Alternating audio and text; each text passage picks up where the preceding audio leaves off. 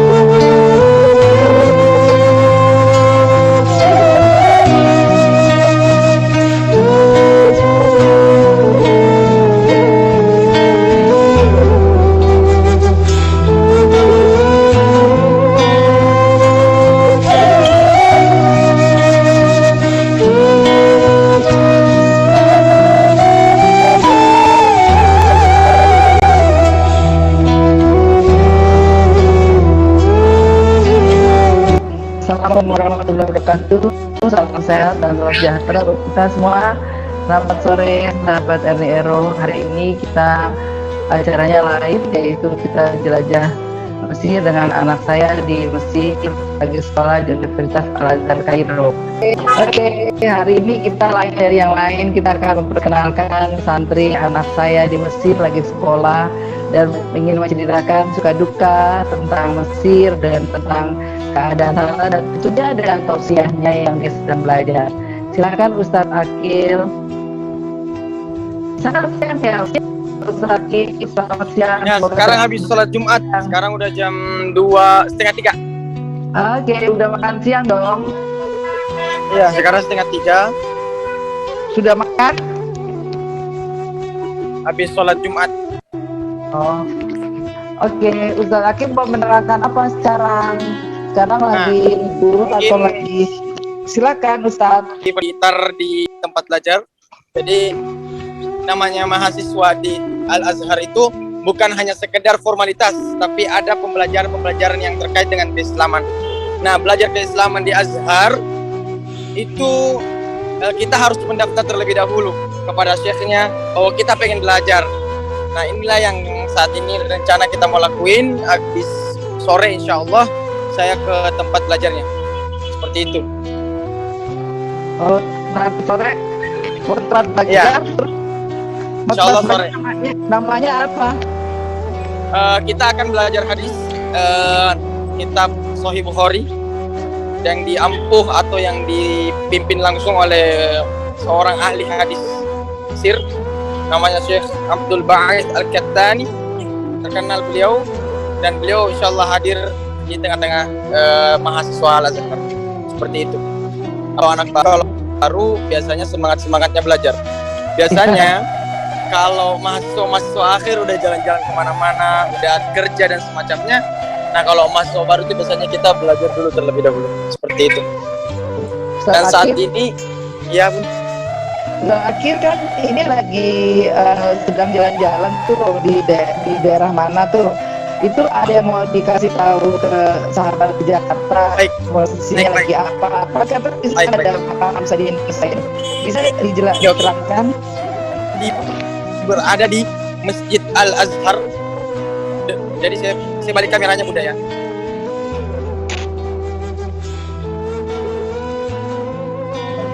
Sekarang ada di Masjid Al-Azhar, di jalannya Al-Azhar. Ini makam Sayyidina Hussein. Ini Masjid Al-Azhar. Seperti itu. Nah, perlu kita ketahui terlebih dahulu pun bahwa sebenarnya merekam sesuatu yang menjadi privasi negara itu nggak boleh. Sebenarnya seperti itu. Jadi kita menggunakan kamera itu nggak boleh. Cuman kalau menggunakan HP masih diperbolehkan sama negara. Jadi kita nih foto tentang apa namanya kementerian, bangunan kementerian misalkan kita foto, maka itu dilarang sama negara. Itu kita bisa ditangkap. Nah sekarang berada di depan Fakultas Syariah Islamiyah, Fakultas Keagamaan di depan sini. Bersebelahan langsung dengan makamnya Sayyidina Husain. Bersebelahan langsung dengan makamnya Sayyidina Husain. Masjid Al-Azhar. Ini Masjid Al-Azhar dengan bangunan kemegahannya yang bertahan ribuan tahun sampai sekarang tidak pernah berubah dari dulu dan sangat-sangat begitu luas. Masjid Al-Azhar itu dibangun tahun 900-an dan di mana dinasti Fatimiyah muncul, kemudian dibuatlah pengajian-pengajian dalam sebuah masjid. Inilah pertama kali disebut universitas tertua di dunia. Sebenarnya Al-Azhar telah mengajar umat muslim itu tahun 900-an. Lebih daripada itu Al-Azhar mengembangkan sayap di mana-mana. Sehingga Al-Azhar memiliki uang yang begitu banyak karena memiliki wakaf yang begitu banyak, sehingga saluran dananya begitu banyak. Sampai rumah sakit di Mesir semuanya rumah sakit Al-Azhar. Sosialismenya semuanya Al-Azhar. Jadi Al-Azhar tidak hanya bergerak di bidang keagamaan atau keilmuan, tapi di bidang sosialisme juga berkembang. Ini hebatnya Al-Azhar.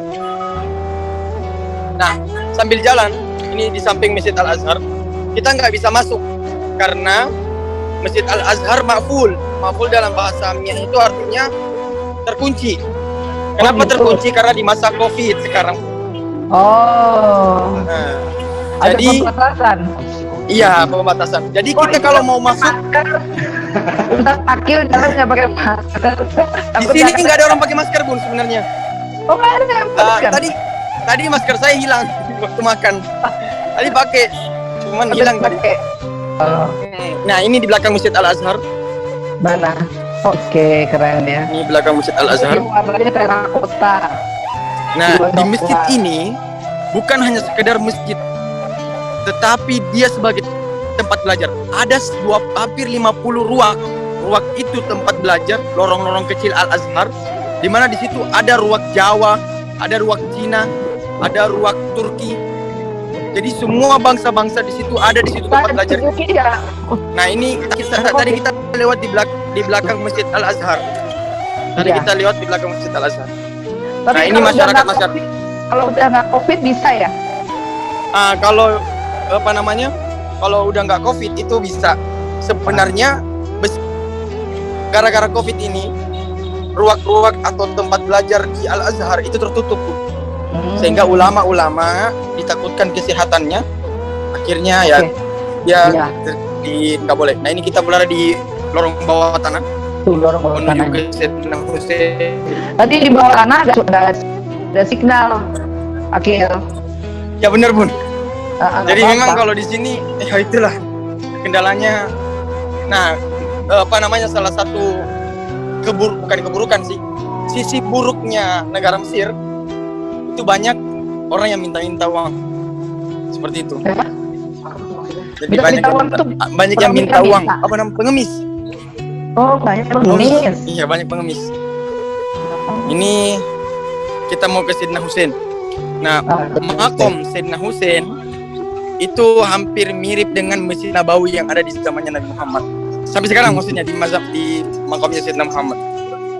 Jadi makam Nabi yang ada di Madinah itu dimiripkan dengan makam Sayyidina Husain. Sayyidina Husain itu kan cucunya Nabi Muhammad. Cucu Nabi Muhammad dari anaknya Sayyidatuna Fatimah Zahra, dari sepupunya Ali bin Abi Thalib karramallahu wajhah. Seperti itu. Nah, di samping kalau malam, jadi Mesir itu hidup kalau malam Bunda. Siang malam itu malam hidup. Ini makamnya Sayyidina Husain. Sampingnya ada kafe Bun. Banyak orang ngopi-ngopi sambil ngopi-ngopi. Asik kan. Itu kita payungnya kayak Masjid Nabawi itu. Jadi dimiripkan memang Bunda. Iya, dimiripkan. Ini payungnya buka tutup. Jadi kalau malam tutup, kalau siang buka kayak di Masjid Nabawi lah. Seperti itu. Jadi peziarahnya banyak sekali. Ini Banyak semua ya? orang datang karena ya orang cinta Sayyidina Husain. Itu ceritanya singkat tentang Sayyidina Husain boleh diceritain sedikit Ustaz Akil. Oke. Jadi Sayyidina Husain itu beliau alaihissalam, beliau radhiyallahu anhu, beliau merupakan cucu kesayangan Nabi Muhammad. Nabi Muhammad pernah bersabda, "Ahabballahu man ahabba Husain." Allah mencintai siapa yang mencintai Husain. Beliau meninggal akibat perpolitikan semata, hanya karena politik. Akhirnya beliau ditebas kepalanya oleh bebuyutan atau teman dari Yazid bin Muawiyah untuk merebutkan kekhilafahan waktu itu di Karbala. Sebenarnya Sayyidina Husain tidak pernah ngurus politik. Sebenarnya Sayyidina Husain tidak pernah mementingkan politik, nggak mau jadi khalifah, nggak pernah mikirin itu. Beliau tetap ada di Masjid Nabawi dekat makamnya Nabi Muhammad SAW.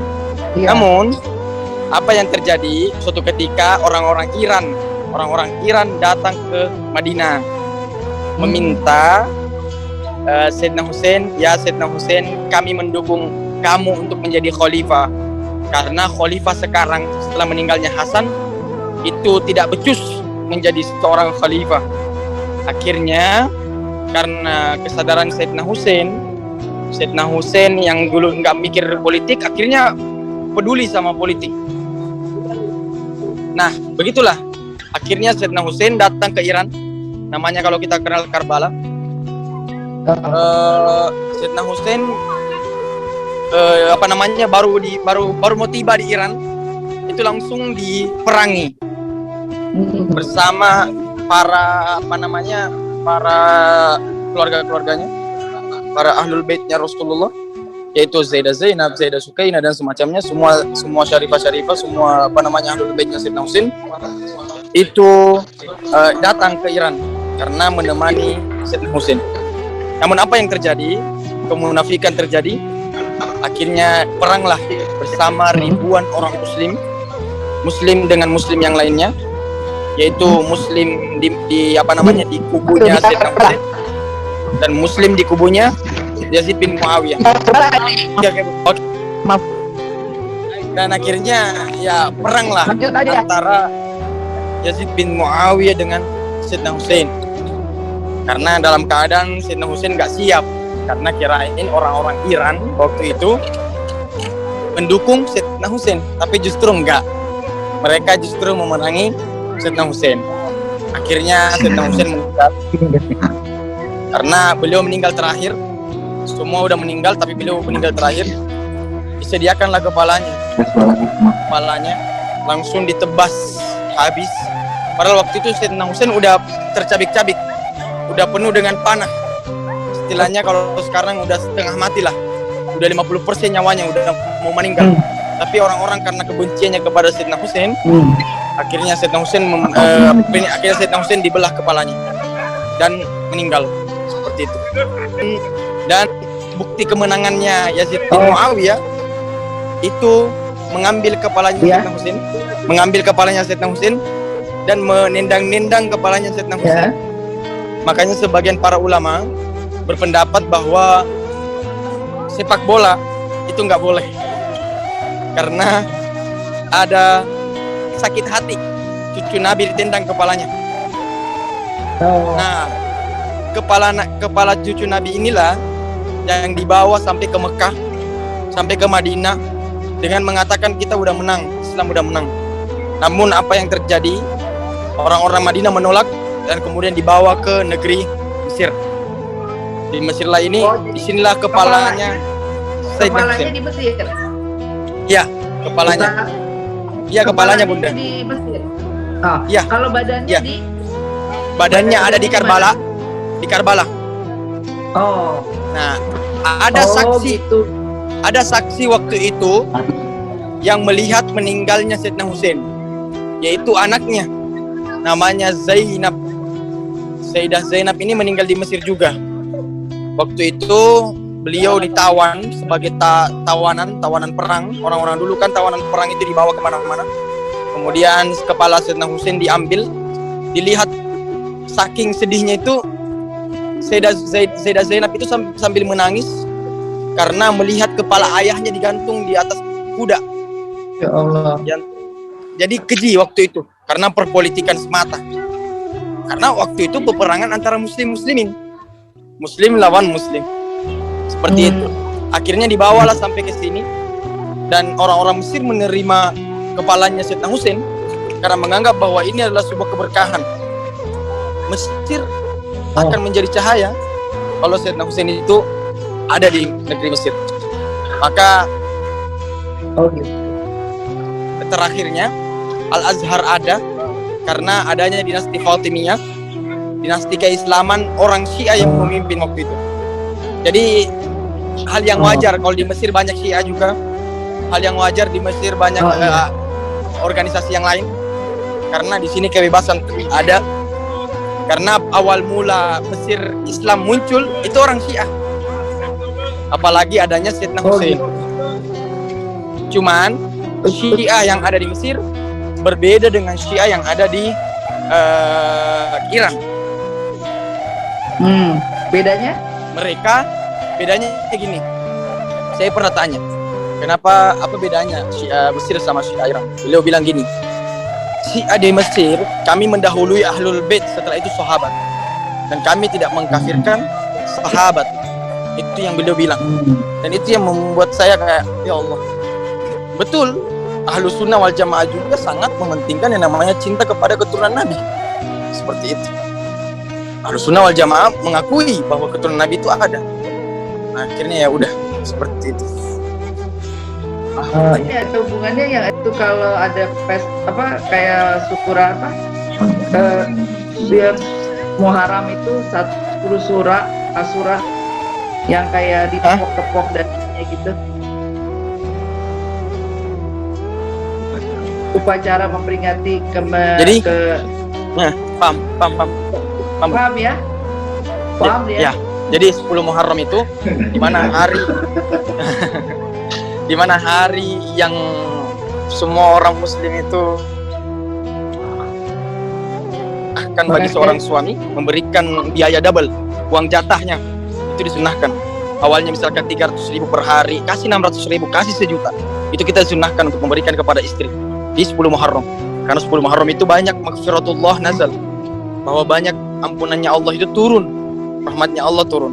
Namun di satu sisi umat Islam dalam keadaan sedih sebagian karena meninggalnya Sayyidina Husain 10 Muharram Asyura.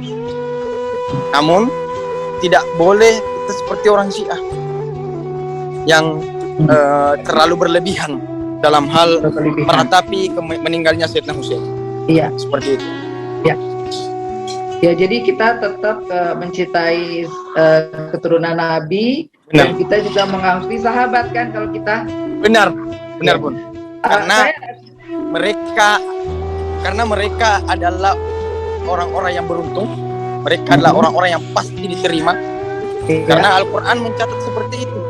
Hanya Bunda Ya, Bun. Universitas Al-Azhar Kairo itu termasuk yang tertua ya di dunia. Ya. Dan dia alirannya Sunni ya. Begini Bun, oke saya jelasin ya. Jelasin ya. Oke, jadi Al-Azhar dulu muncul tahun 900-an. Hadis, semua ilmu-ilmu Islam semua dikaji di sini.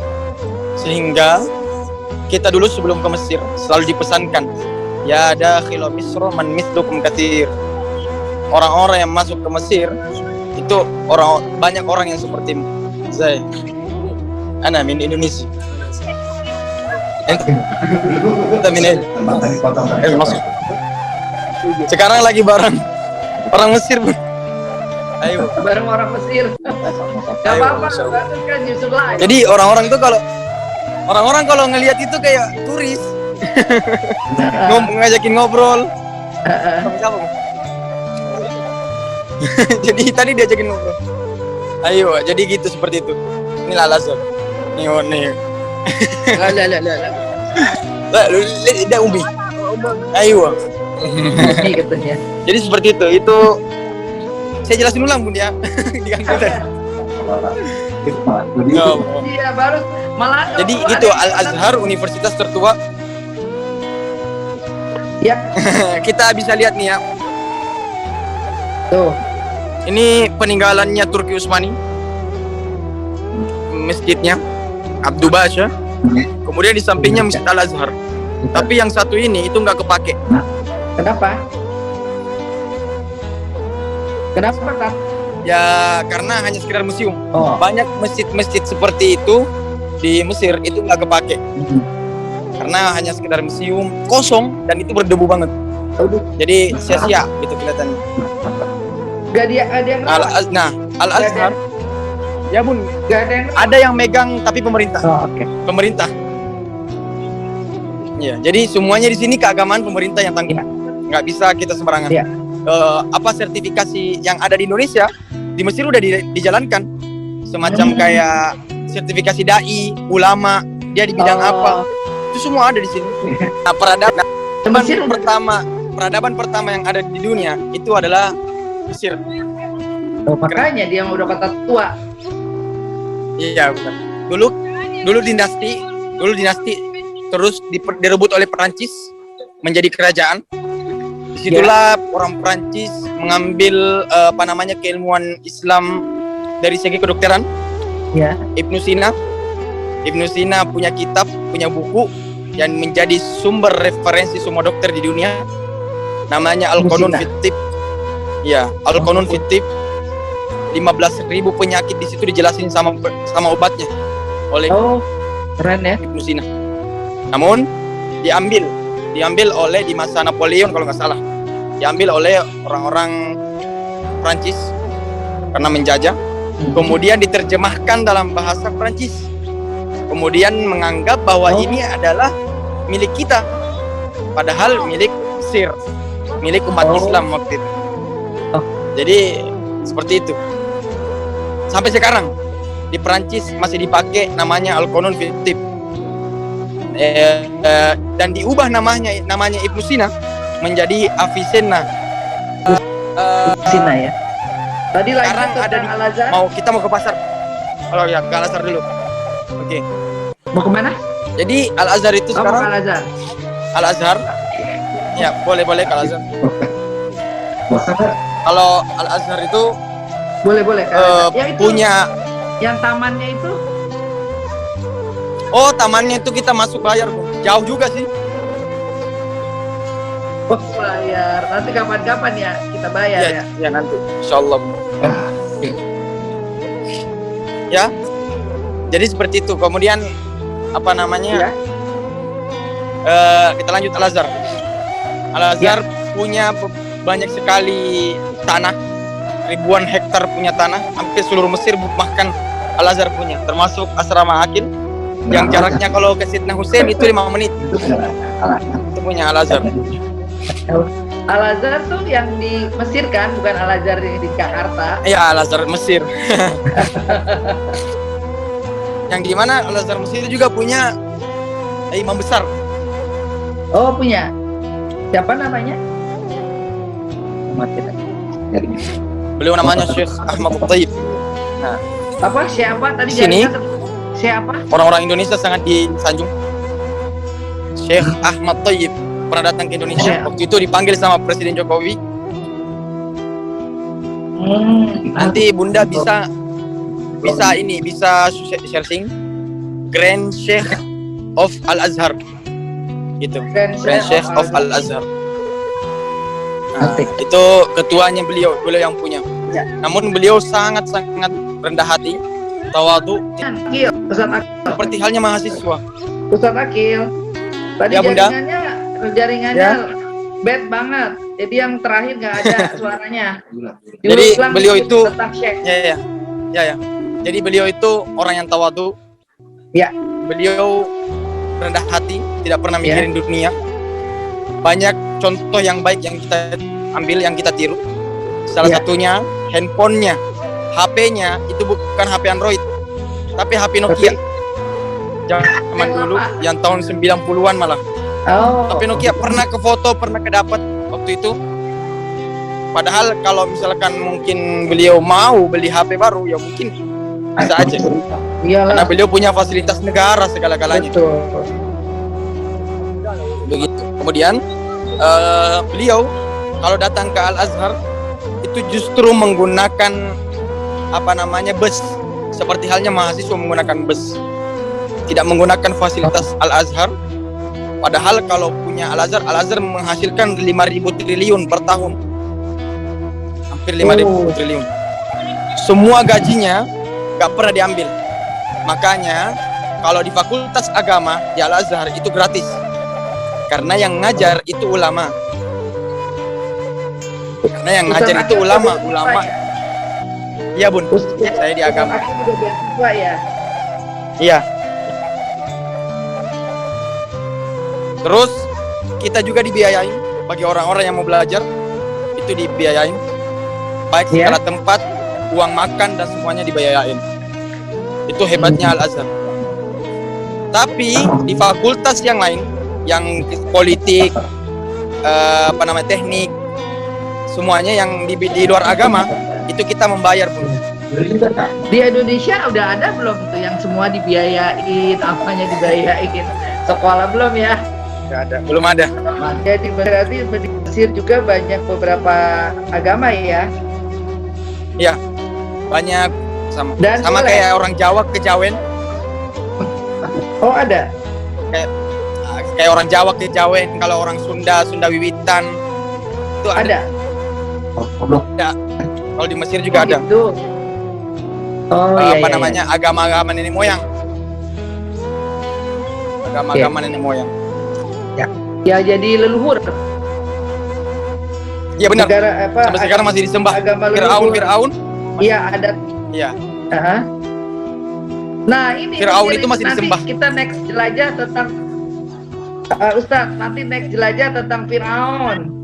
Kalau sekarang jangan tentang Firaun ya. Sekarang tentang Sayyidina Husain dulu. Kalau Universitas Al Azhar. Jarak dari sini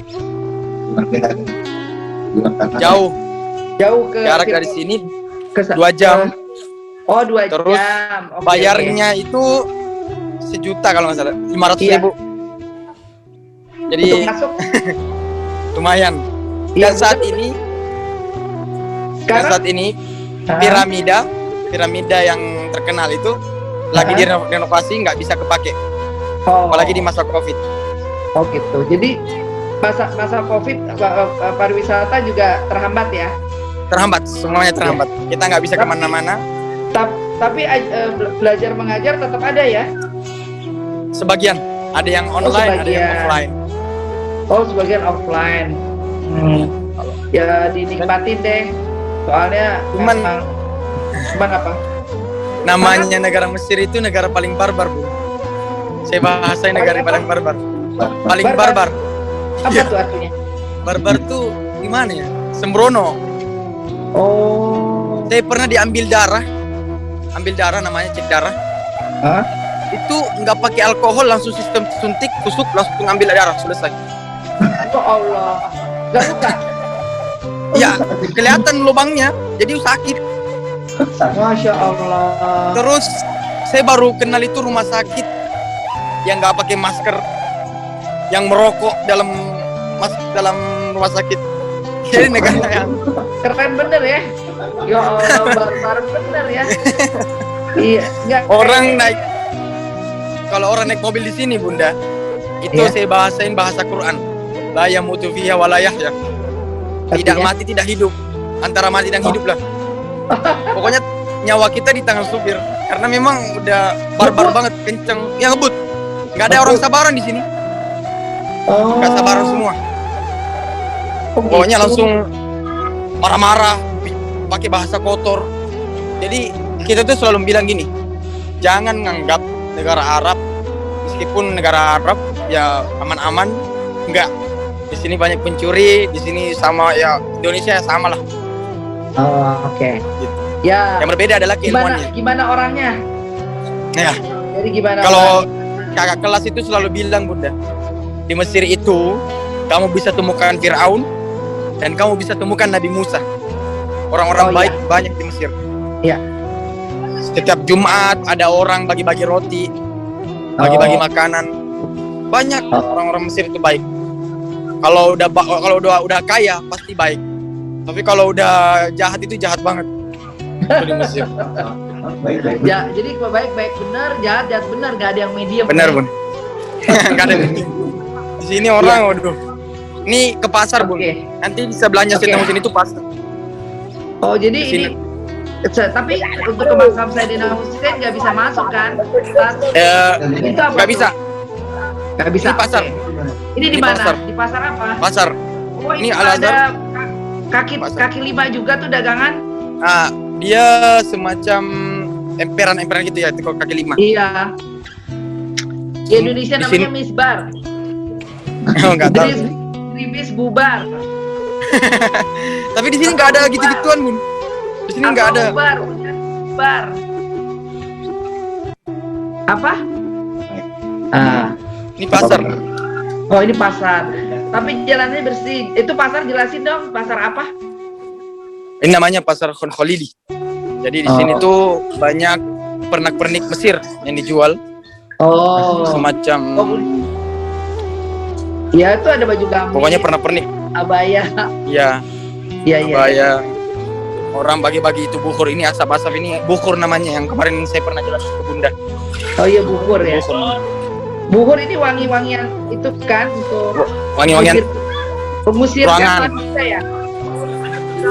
Iya benar, Bun. Setan manusia.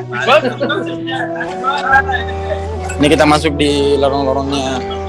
Masuk tuh. Tapi Itu jualan apa tuh? Isya. Oh, Rokok Mesir. Nih, Oh, jual-jual pernak-pernik Mesir gitu, Bun. jangan Sini kafe. jangan buru-buru banget. Berarti ini lorong-lorongnya kayak di Eropa. Ya, mirip. Ya, Bener. mirip di Eropa, terus kayak di ya sedikit Spanyol, ya ada deh kayak-kayaknya dikit nih. Ya benar, ala-ala gitu lah, Bun. Iya, Eropa. Ustaz, setelah ini jalan-jalan kita udah, karena kita nggak bisa bisa mendekat ke makam Sayyidina Husain, Al-Azhar Ya. kita bisa jauh aja. Berarti Ini namanya Sikah Khan Khalili. dekat Sikah itu bahasa Arabnya artinya jalan. jalan. Jalan. Yang sekolah di Mesir harus bisa bahasa Arab, bukan? Ustaz, Iya, bahasa Arab. Jadi kita Bahasa gunain Arab, bahasa ya? Arab. ya. Baik tulisan sama Ya. lisan ya. Ini kalau malam itu nyala banget, Bun. Aku pengen lihat masjidnya malam Ya. deh. Kalau Jam berapa malam itu nyala malamnya banget. nih? Ustaz, kapan-kapan lihat masjidnya waktu nyala malam dong? Mungkin tengah malam kalau Bunda. Mungkin Bunda Apa, nanti itu ini aja. tidur. Keren. Oh. Ya, Iya, siap, Bun. kapan? Ini tuh Kapan? kalau jalan nanti yang kalau Bunda pernah dengar 1001 malam, malam Iya. 1001 malam. Iya. Nah, di sini. Oh, dari sini. Ini semua nyala-nyala Mana lihat? kalau malam. Oh, Iya. cerita itu. 1001 Nyala-nyala malam. kalau malam. Ya, 1001 malam. Ini lampu 1001 semua, malam. Bunda, yang di dinding ini, lampu semua. Ya, bentar lagi ya. Kita tutup Syukran, dulu Bunda. Jangan kemana-mana dulu. Ya, Bun. Stay tune. Nanti kita kembali. Ya, Sekarang siap, Bu. jalan-jalan udah dulu. Terakhir mau ngomong apa? Iya, Ustaz? Bun. Ustaz mau ngomong apa ya Ngomong apa tentang nih? jalan-jalan? Silakan untuk penutup. Ya, jadi kalau di Mesir itu terkenal yang namanya memang jalan-jalannya. Di mana-mana itu karena peradaban yang begitu banyak. Jadi Ya. kita nggak bosan kemana-mana. Mau ke sini nggak masalah. Dan yang paling penting bagi kita seorang santri itu, yang kita mau percaya dan namanya kita belajar sama ulama. Di sini Ya. banyak ulama. Soal yang kita pakai di mazhab Syafi'i, makamnya ada di Mesir. Iya. Mungkin itu saja. Terima kasih. Ustaz Akhil nanti posisinya pindah ya, jangan di situ. Bandwidth-nya low, Oh. jelek. Ya. Oke, terima kasih. Ya. Bisa. Assalamualaikum warahmatullahi wabarakatuh. Ya, gambaran dari jalan-jalan virtual bersama Ustadz Akil yang ada lagi sekolah di Mesir, dan mudah-mudahan bisa mengambil manfaat, dan bagi anak-anak yang ingin sekolah nanti bisa WA Ustadz Akil karena beliau juga beasiswa anak santri Bunda Erni Ero yang bisa kita jadi teladan, dan dia bisa menceritakan bagaimana dia sekolah suka dukanya. Oke. Assalamualaikum warahmatullahi wabarakatuh, Sobat Erni Ero. Stay positive, happy always. Bye.